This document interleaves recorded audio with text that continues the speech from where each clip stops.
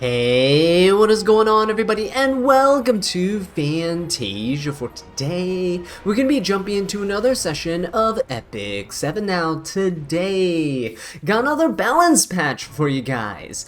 That's right, this time around it's pretty exciting because this is probably the biggest balance patch I've ever seen for Epic 7, and I've been playing this game for around 6 years, right? As you can see, the list just keeps going. 5-star MLs, 5-star Covenants, 4-star MLs, along with a couple 4-star Covenants, and 4 artifacts to boot, along with an extra turn mechanic change. Now you can see the list of all the units over here. We're going to go through them one by one. I'm going to go over their changes and then I'll give you my thoughts on them. So starting off here with Ruele of Light. So she is a unit that has been buffed fairly recently, I'd say. And she really had this like self-combat readiness increased by 25%, which was terrible. Honestly, it didn't really change anything about her, which was that her cooldowns were too long and her heals were kind of ineffective, right? Just a unit kind of lost to time. She was good back then, just not now. So they've basically replaced her S1, where she would normally heal the ally with the lowest health on the team when she attacks, to healing everybody on your team, which is kind of nice, actually. So this is going to be one of the first Soul Weavers that can do like an attack and heal everybody. I know Shuna does something like this as well, but hopefully this is going to be a more significant heal than Shuna's, right? The amount recovered is decreased from the single target heal, which makes sense, but we'll have to see how much that actually is, right? Moving on here to the S2, now she used to give herself this combat readiness increase to herself, right, which again didn't do anything, so they completely replaced that, and now they're going to give her ability to give a barrier and a damage limit buff for 2 turns. Now this is actually really synergistic here. So the barrier and damage limit buff, if you don't know, damage limit basically makes it so you can't take more than 35% of your max health as damage, right? So when you have damage limit buff and you have a barrier, the barrier gets added on to your entire HP pool, okay? So if you have a barrier and that barrier will take some damage, you still can't take more than 35% of your max HP as damage, right? So it's pretty decent. It's pretty decent overall. It is going to allow Ruele to kind of turn anybody on your team to a Midnight Gala Lilius for a couple turns, which is exciting. We're going to see how that works out, especially because she's used in slower teams, right? So we can maybe see some funny things happen. Now, the other thing is she starts the first battle with the Spirit Lord's Protection. It's a buff that she gives her to herself. Spirit Lord's Protection is a self-revive, essentially. Upon receiving lethal damage, she'll revive with 50% of her health, and she will gain 50% combat readiness. Normally when you die, your combat readiness is stuck at the wherever you are on the bar, right? Let's say you're at 30% when you died. When you revive, you'll still be at 30% combat readiness. So here, she's going to gain that combat readiness and hopefully take the turn. She's normally focused down pretty early, right? She's kind of like Blood Moon Haste. If the Blood Moon Haste is there, you want to kill him, right? So he doesn't kill your team. Ruele of Light, if you kill another unit, she's just going to revive them. So you might as well try to kill the Ruele first. Ruele's main weakness was also AoE attacks, AoE damage, because Ruele didn't really have the healing capability to sustain an entire team, right? Her S2 and S3 are both single target, and she has relatively long cooldowns for what she does. So the S1 here actually be able to heal everybody is a nice little change, helps round out her kit. Again, we'll see how she works in practice. Typically she's built tankier, slower, right? 20k health, 2000 defense, 200 resistance, something along those lines. So hopefully this will help her out and make her a bit more relevant, because we definitely do need some Soul Weavers, like actual traditional Soul Weavers, again in our TA. That'd be kind of cool. Alright, so moving on here, we have Silverblade Aramintha. Now, this was one that I did not anticipate coming. So Silverblade Aramintha actually got some pretty big changes. So it used to be, when she used her extra attack here, she would gain 25% combat readiness. They're taking that away, actually. And what we're seeing is that she is getting a detonation to her S1. She's going to detonate burn effects on enemies at the end of the turn. So this is along with the extra chance to burn, right? It's still an AoE. So this is an AoE detonation. It's going to be insane. For those of you guys who don't know, a lot of burn units tend to have detonation in their kit. Think of Researcher Carrot, right? Think of Aramintha before her changes and stuff. Yeah, they're really, really nice. And a lot of burn units like Bihu, for example, build high attack can just nuke your team very easily. Silverblade Aramintha looks like she's going in that direction too, which is cool. Now, this passive here, so the Flame of Savara says when an ally except for the caster uses an attack that targets all enemies, so when you have a teammate that AoEs, you increase your combat readiness by 20%, and basically you would open up Silverblade Aramintha, you'd have like a Para or Ron or a really fast unit, AoE, push up the Silverblade Aramintha, hopefully the Para or Ron, they strip the buffs off of the opponent's team. She jumps up to the front line, she'll S3 and then stun everybody, right?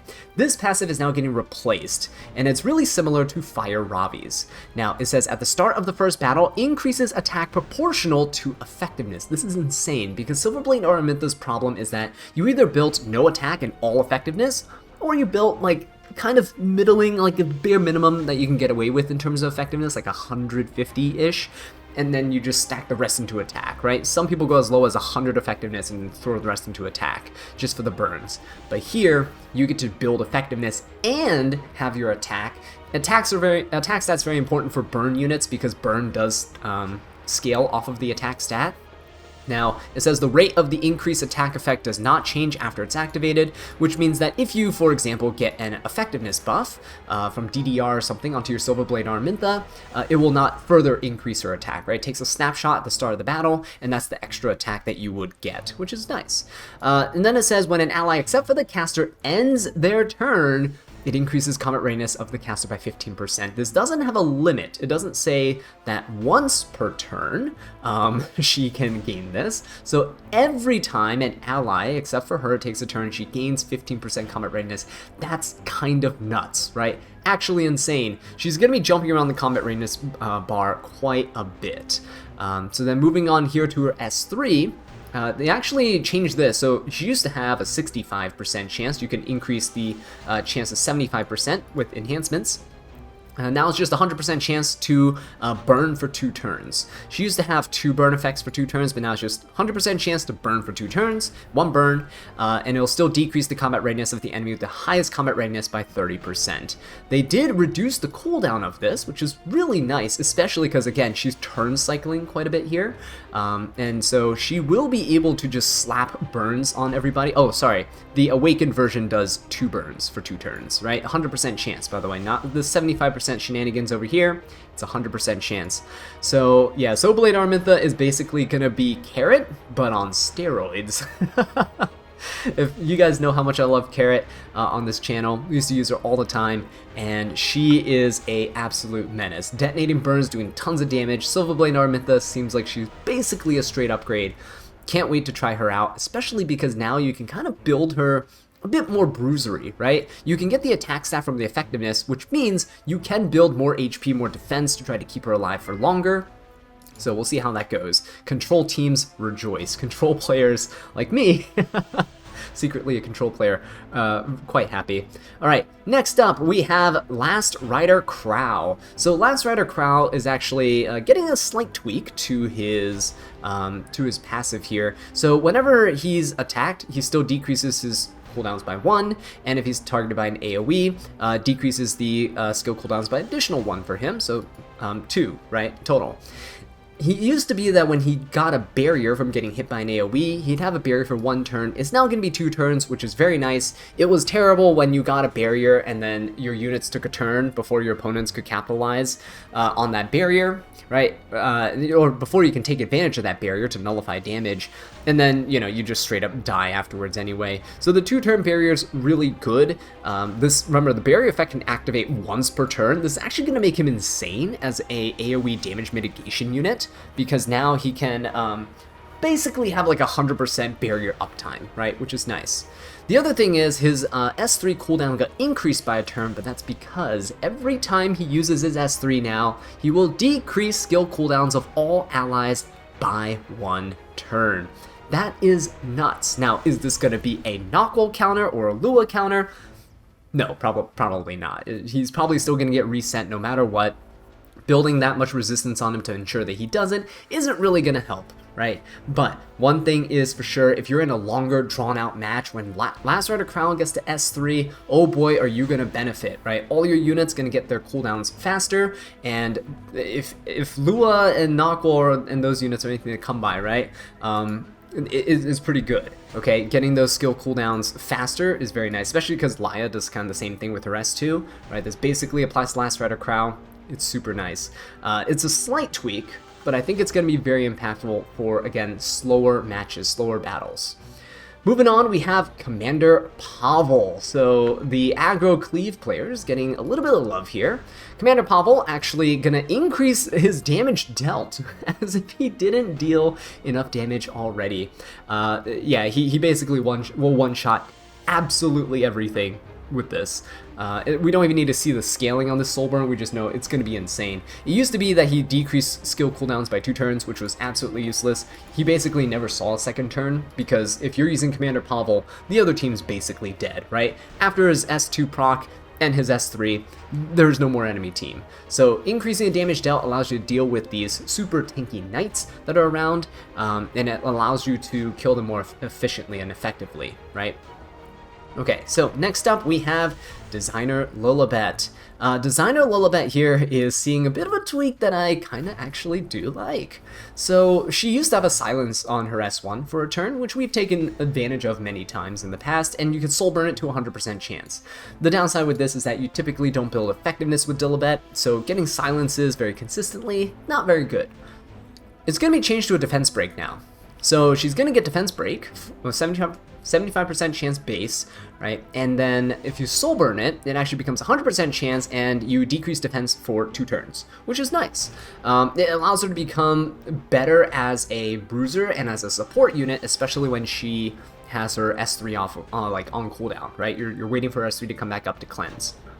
This allows her to support the team. You're able to actually use her as a bruiser now too. When she defense breaks for 2 turns and she laps back around, you can hit that unit again, and you're probably dealing quite a bit. Defense breaks are really useful, especially against things like Imperial Ilanov. You know, you have that defense penetration resistance, right? Any skills that penetrate defense are probably going to deal less, but defense breaks are always effective. Still one of the best offensive debuffs in the game, right? It allows you to burst down anybody super quickly. Alright, the other thing is that when she gets her S2, right, when she has like enough fighting spirit, full fighting spirit, she'll consume all of it, and she used to dispel all debuffs from herself and increase defense for a turn. Now she will grant increased defense and immunity for 1 turn before she increases her combat readiness. The immunity actually matters quite a bit. We know she has self-cleansing, right? But the issue was when, let's say, a unit like DDR S3'd and Lilibet was put to sleep, what would happen is DDR would take an extra turn after Lilibet cleansed herself. She'd get the 100% fighting spirit, and she'll cut and she'll take the turn, right?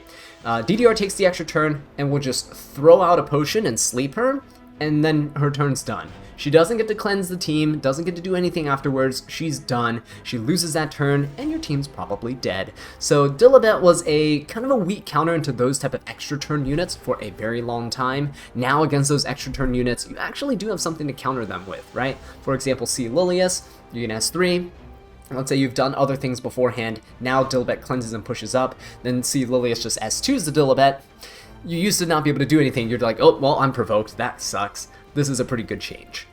Alright, next up we have her S3. So her S3 actually, it used to only increase combat readiness for all allies except for herself, which is something that honestly I wasn't even aware of either. I thought she gained it too. But now she's going to gain that combat readiness because she's included in all allies, and she's going to get some extra defense penetration to boot. Okay, she's going to get that 50% defense penetration, and she's going to get a slight nerf to her damage dealt, just like the base damage, but the penetration for the defense is definitely going to help deal way more damage than before. Defense penetration is one of the best ways to increase damage, and Smilegate knows that, which is why they made Imperial Ilanov. But yeah, Lilibet kind of seeing, hopefully, more promising. Right, with her kit here, the immunity will be very, very nice, especially stacked with that increased defense buff. It would be harder for units to strip that buff as well. If they can only strip 1 buff at a time, for example, it'd be very, very difficult for them to take away the immunity. Alright, moving on. From the designer Lilibet, we have Twisted Eidolon Kayron. That's right. So he actually, oh man, look at this. Look at all this text. I think we barely managed to fit everything here. So, he completely reworked parts of his kit. So his S1 here I don't have him, by the way, so I'm not quite familiar with his kit, besides it's kind of underwhelming. So he used to deal damage, an increase proportional to the target's lost health. So whenever the opponent is low on health, he'll do more damage, and whenever he counterattacked, he'd attack everybody and grant a barrier to himself for a turn, and the barrier scaled with his health.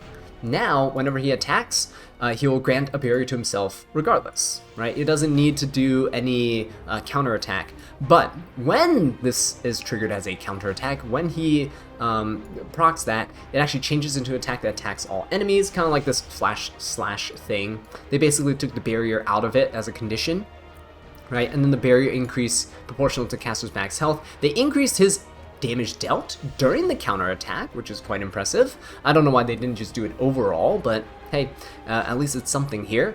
And then here's the other thing. Before, when he used to get full fighting spirit, he'd increase combat readiness by 50%. Now it's a full 100%. He's just gonna take the turn, right? Or, I mean, I guess if Politis or Abyssal Euphene are there, he'll still gain only 50%. But hey, better than nothing. Yeah, 100% combat readiness, you just jump straight to the top of the bar, and then you get to nuke the opponents. Now when you nuke the enemies, look at this, guys. 5,000 fixed damage. That's the base damage, right? 5,000 fixed. We should probably just look down here for the awakened one. It will go up to 15,000 damage. Instead of capping at 10k, it's 15k to every unit on the other side. That is insane. Now, is it going to kill everything? Probably not. Will it kill most things? Yeah, right. It definitely, in most cases, will kill most things. You might have like a knight or something random that's super bulky that won't die, but at that point, once you ripped Kayron there, it's pretty much over, right? And especially if there's an Aureus Knight, they might mitigate some of the damage for some of the other units on their team, but they're probably dead. So this is pretty cool. They did actually increase the cooldown count, which doesn't really matter all too much. You're not ripping it prematurely usually anyway.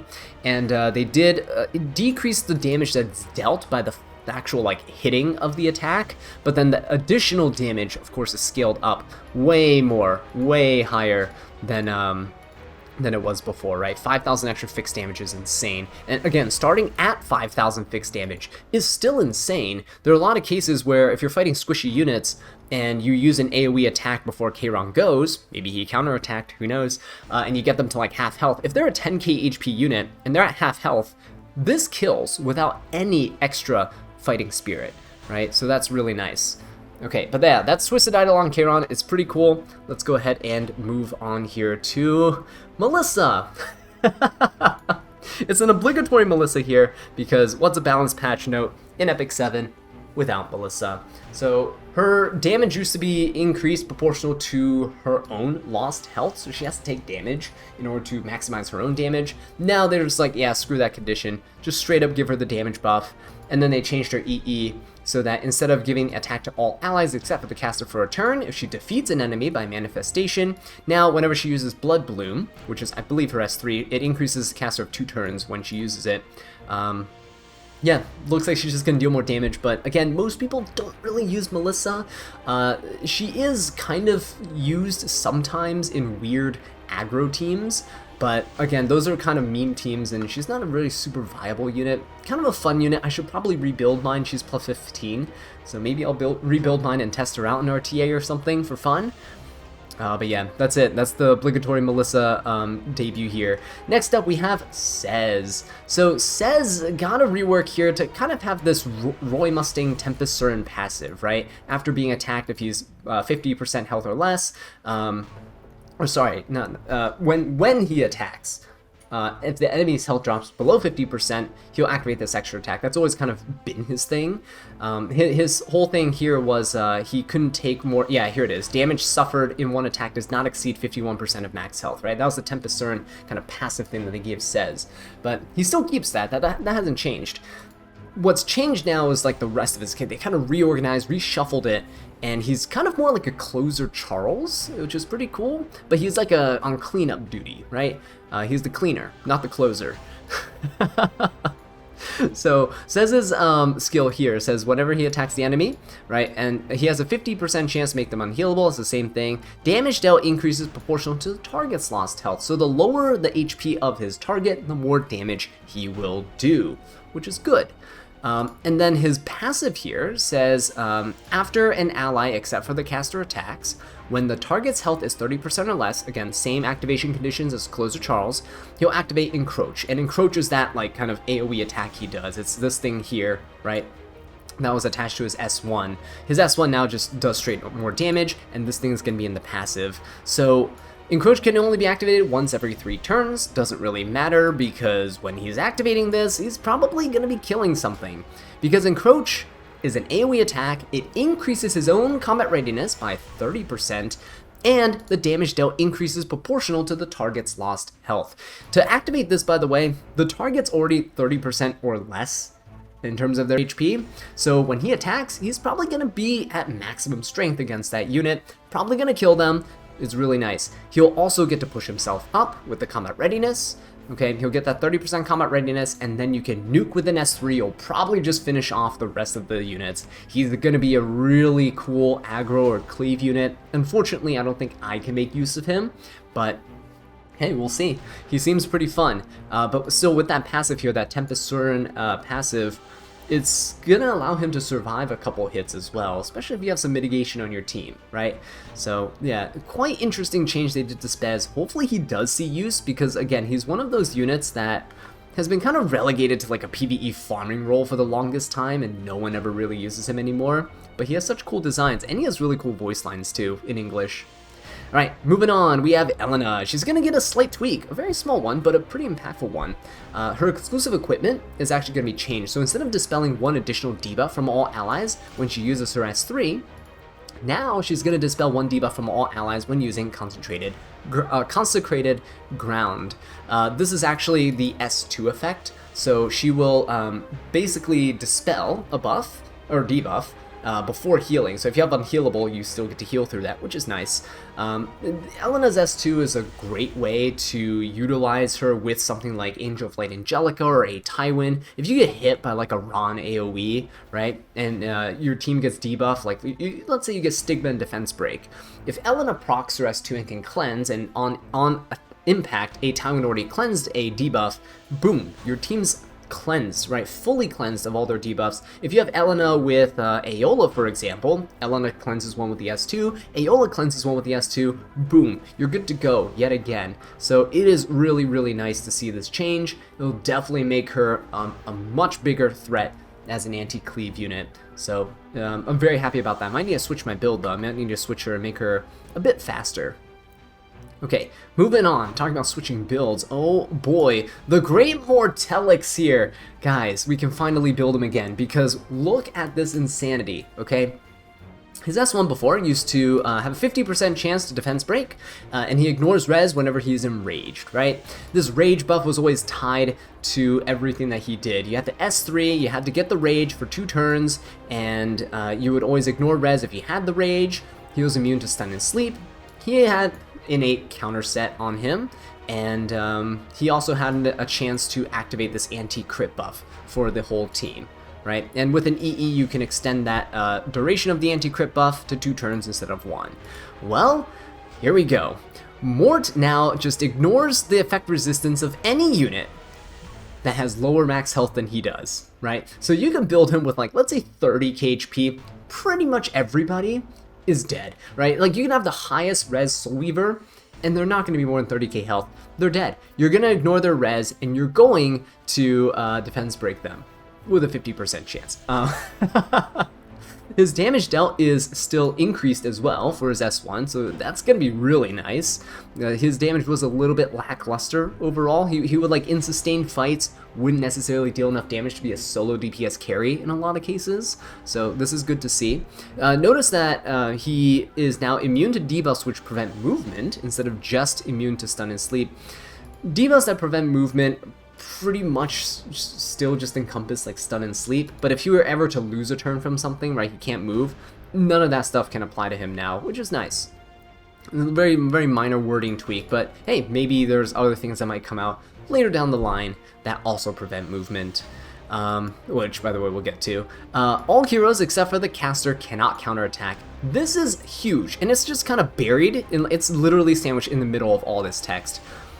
Now that if you have Mort on your side of the field, just straight up, nobody can counterattack. If you thought Astromancer Elena was nice for stopping counterattacks, think again, because we have the Great Mortelix here, and just him sitting on the field, the presence, his great aura, right? The majestic Mort here, yeah, you can't counter. It's going to be really, really nice, but keep in mind, this also applies to your units. So if you're bringing counter units alongside Mort, you can't counter unless it's Mort, right? The only character who can counter is going to be Mort.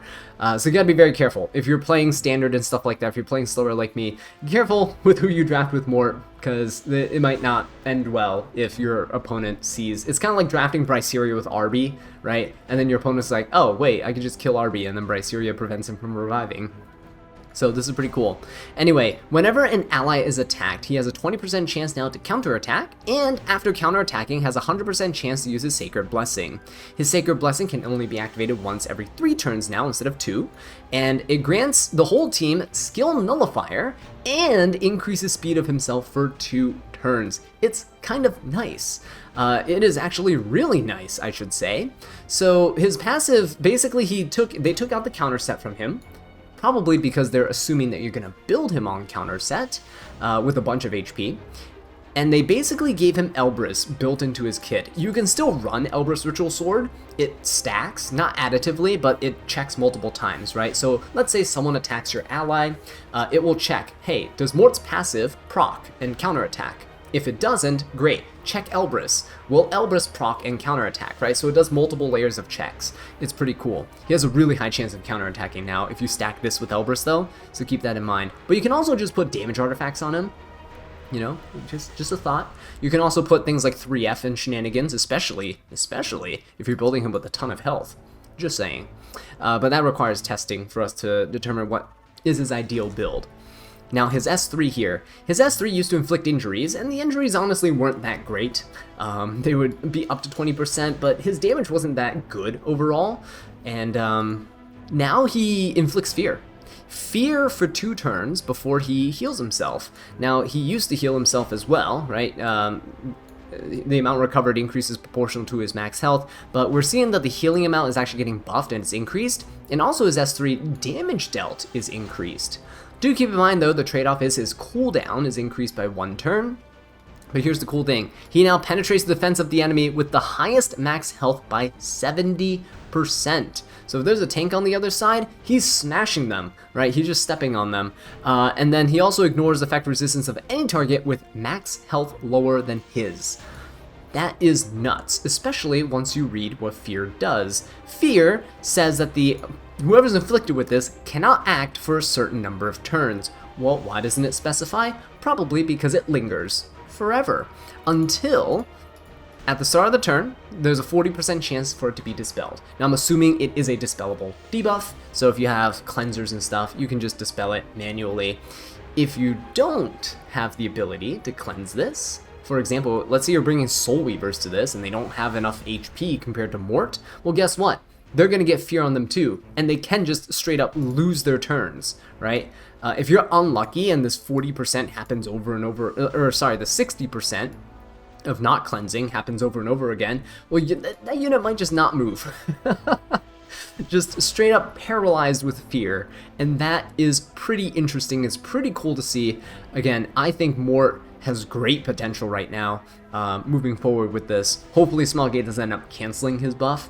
I'm really excited to see what he can do here. It is a really cool change. I'd say the most impactful thing is this. This actually makes me a little bit scared where it says all heroes except for the caster cannot counterattack, because I can already see Mort becoming an anchor in aggro and cleave teams, right? They're like, hey, here's first pick Mort. There's nothing wrong with first pick Mort, right? What are you going to do against him? And then if you try to pick injury units and slower stuff into them, boom, Zeo, Ron, you're cleaved, you're dead, right? And if you try to pick counterattack units, you can't counterattack. Yeah, so I already see it happening. I mean, they already took Empyrean Ilanov, Dragon Bride Senya, Blood Moon Haste from Standard. They're probably taking Mort now too. But this is pretty cool to see. Anyway, moving on here, we see his exclusive equipment buff. So it used to, again, extend the anti-crit for a turn, but now it'll extend the buff duration of his Sacred Blessing's increased speed for a turn, which means he can pretty much keep 100% uptime on his speed buff, which is kind of nice, because again, it can only be activated once every 3 turns. So if you're building him slower, with more HP, the speed buff is to help him kind of counteract that loss of speed, and it still allows him to take turns and turn cycle and move, right? But again, most of your damage is probably going to be coming from counterattacks. Speaking of damage, let's go to Yulha, because Yulha is a damage sponge. Now, she's going to be way better at her job now, because they removed this condition where she had to be attacked by a single target attack. And if she was, she'll reflect 30% of the damage back to the attacker. Well, it was basically a worse version of Senya's passive. Senya will reflect all damage, whether it's single target or AoE. Well, good thing Yulha got buffed, and now she is also going to reflect 40% of the damage straight back to the caster, or to the attacker, right? And this is any type of damage.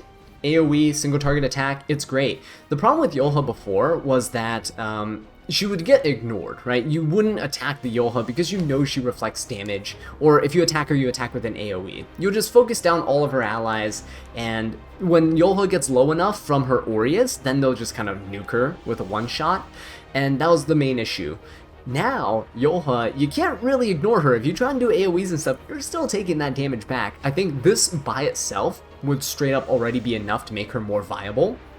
But they did more, and thankfully they did more. They reduced the cooldown of her S3, so that is really nice, by the way, because her cooldowns sucked. Now, usually you'd have to soul burn to grant an extra turn. That's what would reduce the cooldown, right? Is you take another turn and reduce the cooldown by a turn.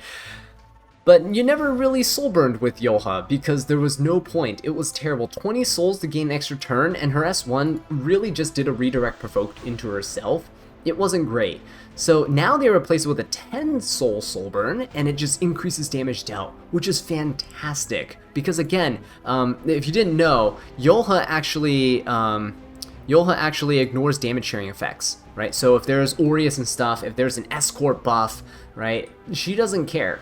She will just straight up rip through that unit, and it is amazing. So this increased damage dealt, fantastic stuff. Would love to see Yulha become more viable again, and I would definitely be picking her. Mine's still built, I've never ungeared her, so she's still ready to go, and I'm just waiting for these buffs to go live. Now speaking of a unit that I need to gear, Blooming Lidica, right? So Blooming Lidica is a unit that I've never been a fan of when she got released. Her damage was incredibly sad. And people were always coping saying, oh no, she's fine, she's good, trust. Well, look at this right here. She's getting a buff, and I think this buff is probably all she really needed. She just needed a little bit of a boost, right? So Blooming Lidica will now penetrate target's defense by 50%. And again, remember what I said? Penetrating target's defense, pretty much the best way to exponentially boost the amount of damage that a unit does. So the main reason they did this is so that if, you know, her speed difference wasn't too big, or she didn't have enough of those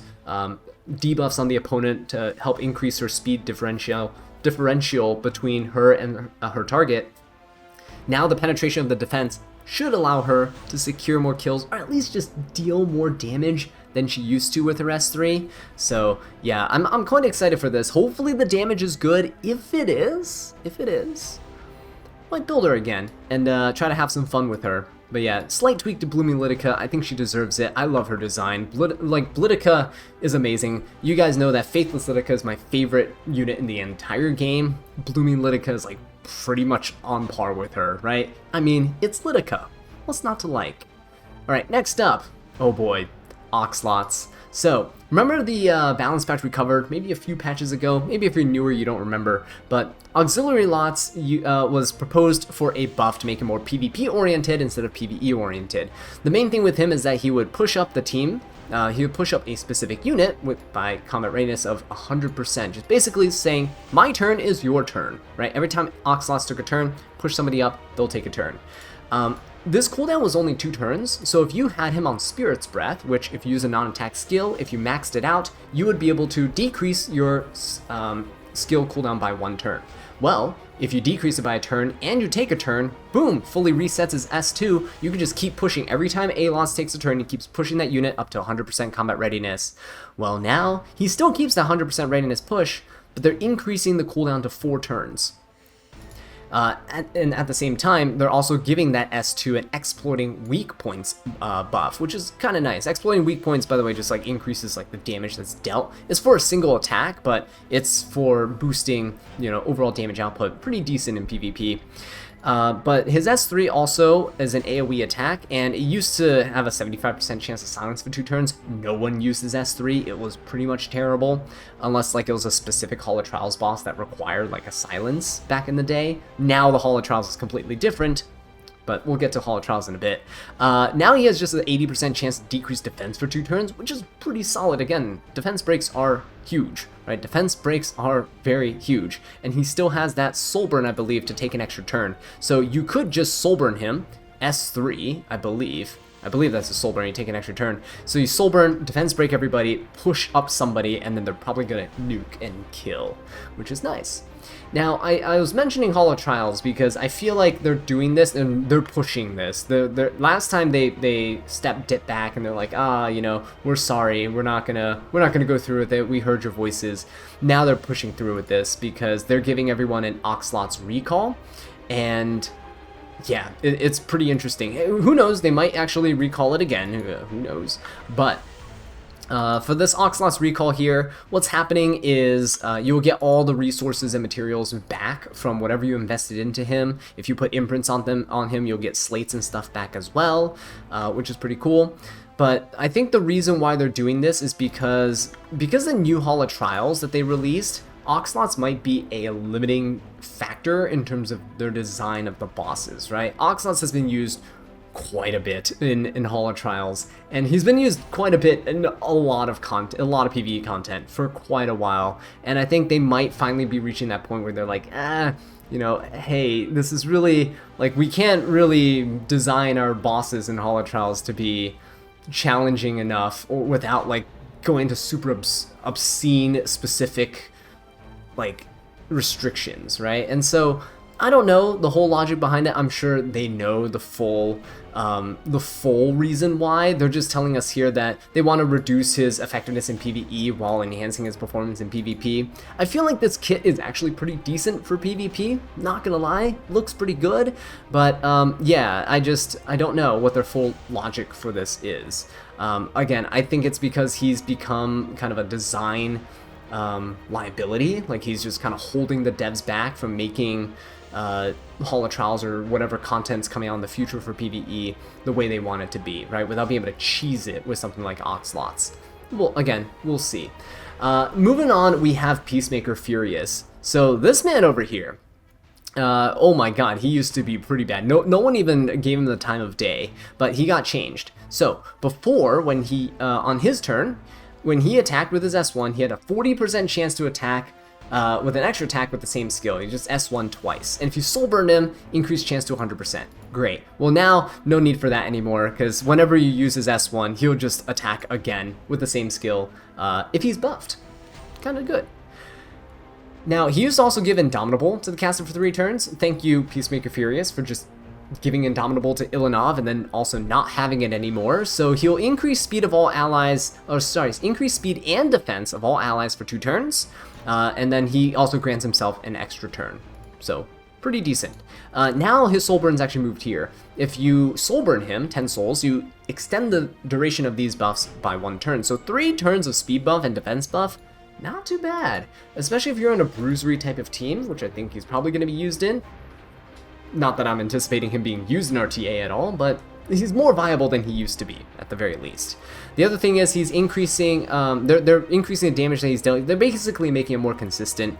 He penetrates the target's defense by 60% flat now. Before, you had to scale it up, where his defense had to be greater than the target's defense and all this stuff, up to a maximum of 60% penetration. Now they're like, okay, yeah, just screw it. No one used him. Here you go. Defense penetration. Basically, to solve everyone's issues, defense penetration.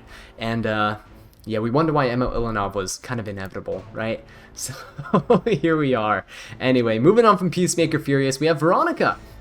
Again, one quick tweak here. Veronica basically, instead of increasing combat radius by 20% when an enemy has immortality at the end of somebody's turn, she gains 50%. She's going to close that gap.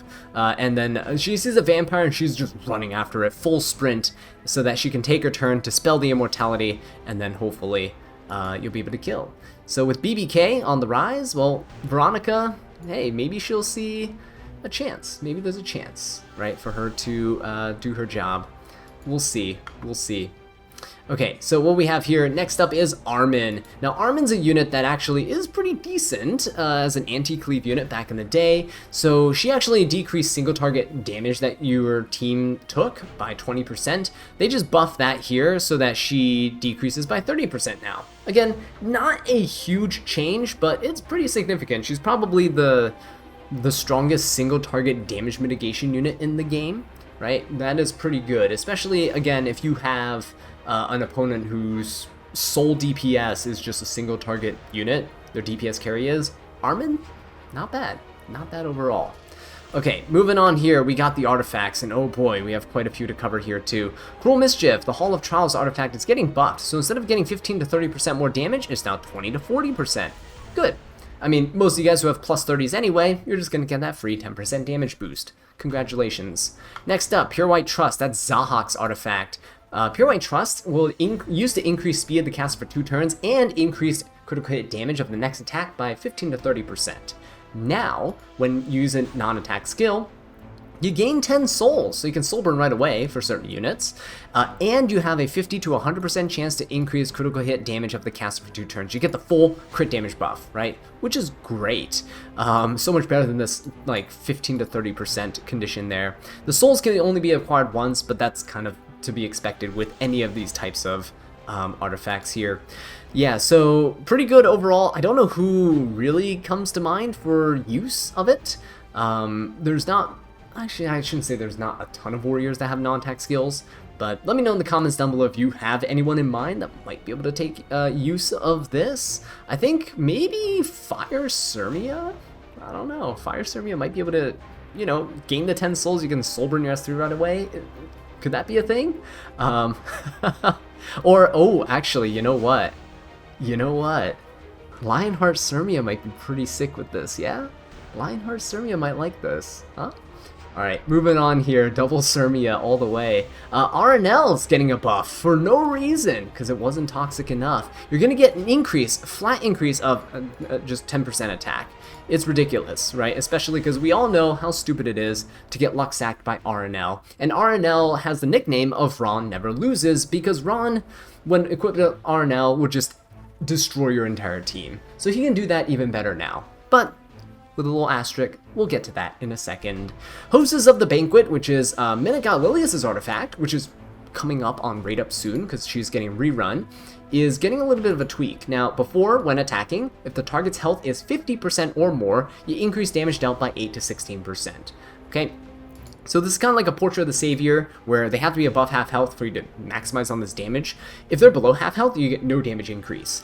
Now, when attacking, your damage dealt is going to be from 5 to 10%, a little less than before. However, when the target is 50% or more in terms of health, you actually increase the damage dealt by an additional 4 to 8%. So if you have this maxed out, then you will get the full 18% damage initially. It'll drop down to 10% when they're below half health. If you have it at plus 15, then you'll have, this is what, 7.5%, and that's 6%. So you get a 13.5% damage, like, kind of increase, right? When they're 50% or more, again, drops down to like a 7.5% at plus 15 if they're below 50% health. So I guess at plus 15 it's a little bit worse. Oh no, it's still, no, never mind, it's still better, because here you normally at plus 15 you'd have 12%, right? So yeah, it is just slightly better in every way. So good stuff for Host of the Banquet, and by that I mean good stuff for BBKs out there. Alright, last but not least, here we go. How extra turns will work. Now, how Epic 7 always worked is every time you would proc something that would give you an additional turn, right? It is basically stocked up. It gets put into a queue, Okay, so if Ron S2s and he procs RNL, he has an extra turn waiting. But S2 already gave him an extra turn, so now he's going to take another turn. He's going to S3. Let's say after his S3, he procs RNL again. It's going to be put into the queue. S3 doesn't give him an extra turn, so now they start the queue of RNLs. The first RNL gives him his turn. Let's say he S1s. Maybe he procs RNL again from that. Another RNL gets put into the queue. That second RNL from when he S3'd procs, he gets to S1, and then the third RNL comes and he gets to S1 again. So it is ridiculous what RNL can potentially do. Now the chances of stuff like that happening is really, really slim, right? The more chains you get, the slimmer the chances, but RNL's proc chance is pretty good overall, right? RNL up here, if we take a look, there is a where is it? 20% chance to be granted an extra turn at the end of the turn. That's a 20% chance to take extra turns for free.